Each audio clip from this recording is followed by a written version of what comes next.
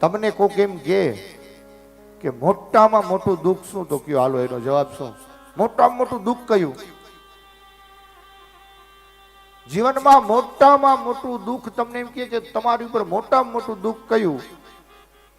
તો કે મોટામાં મોટું દુઃખ એ જ કળિયુગનું છે કે જે આપણી ગોદમાં ઉછરીને મોટા થયા હોય, જેના ઘૂઘરિયા બાલમાં આપણે હાથ ફેરવ્યા હોય, જેને આપણી ગોદમાં ઉછરીને મોટા કર્યા હોય, એને આપણા જ ખંભે ચડાવીને સ્મશાને મેલવા જવું પડે ને કળિયુગનું મોટામાં મોટું દુઃખ. આનાથી મોટું દુઃખ ખરું બીજું કોઈ? કે જેને આપણે રમાયડા હોય, જેને આપણા ખોડામાં રાખ્યા હોય, એને જ ખંભે ચડાવીને સ્મશાને મેલવા જવું પડે ને કળિયુગનું મોટામાં મોટું દુઃખ. જુઓ ભાગવતનો 11મો સ્કંદ, ભગવાન કૃષ્ણના જીવનમાં ઘટના ઘટી છે.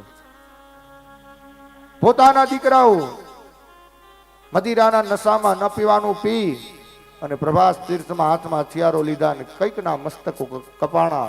આખી પ્રભાસની ભૂમિ રક્ત રંજીત થઈ ગઈ, જાણે લાલ ચાદર ઓઢી લીધી ધરતી.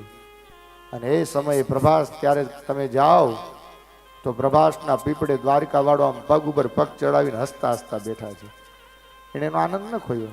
આ તો બધું કૃતાકૃત છે. એ કે હું આનંદમાં રહું, હું મારો આનંદ ન ખો. કોક દુખી એમાં હું કેમ દુખી થાઉં છું? એ તો વિધાતા એના ભાગ્યમાં લખ્યું છે. મારે તો આનંદમાં રહેવું છે. એટલે ભગવાન માટે અહીંયા શબ્દ મેલવામાં આવ્યો આનંદ. એ કાયમ માટે આનંદમાં રહ્યા. અને જો જીવ પણ ધારે તો કાયમ માટે આનંદમાં રહી શકે. અને જો એ કાયમ માટે આનંદમાં રહેવા માંડ્યો તો એ જ જીવ એને શિવ થતા વાર નહીં લાગે. આપણા જુનાગઢના નરસિંહ મહેતાને આવીને કોઈ કીધું, મહેતાજી, તો કે હા તમારા પત્ની ગુજરી ગયા. હે? પત્ની ગુજરી ગયા તો શું કહ્યું ને નરસિંહ મહેતાએ? ભલું થયું ભાંગી જંજાળ અને સુખે ભજું છું શ્રી ગોપાલ. નરસિંહ મહેતા આવીને કોકે કીધું, મહેતાજી માણેક મહેતી ગયા, જતા રહ્યા.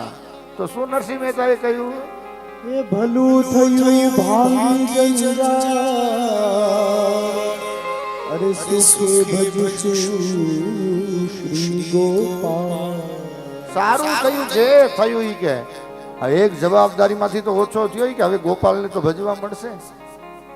ઓલી પત્નીનું તો ભરણ પોષણ કરવાની જવાબદારી હતી, હાલો એમાંથી નહીં ગયો. હવે તો ભગવાને મને મોકો દીધો કે હવે એકલો થઈ ગયો, જપ કર. એ આનંદ માર્યા તો એને હજી સમાજ યાદ કરે છે. નરસિંહ મહેતા એનો આનંદ નથી ખોયો.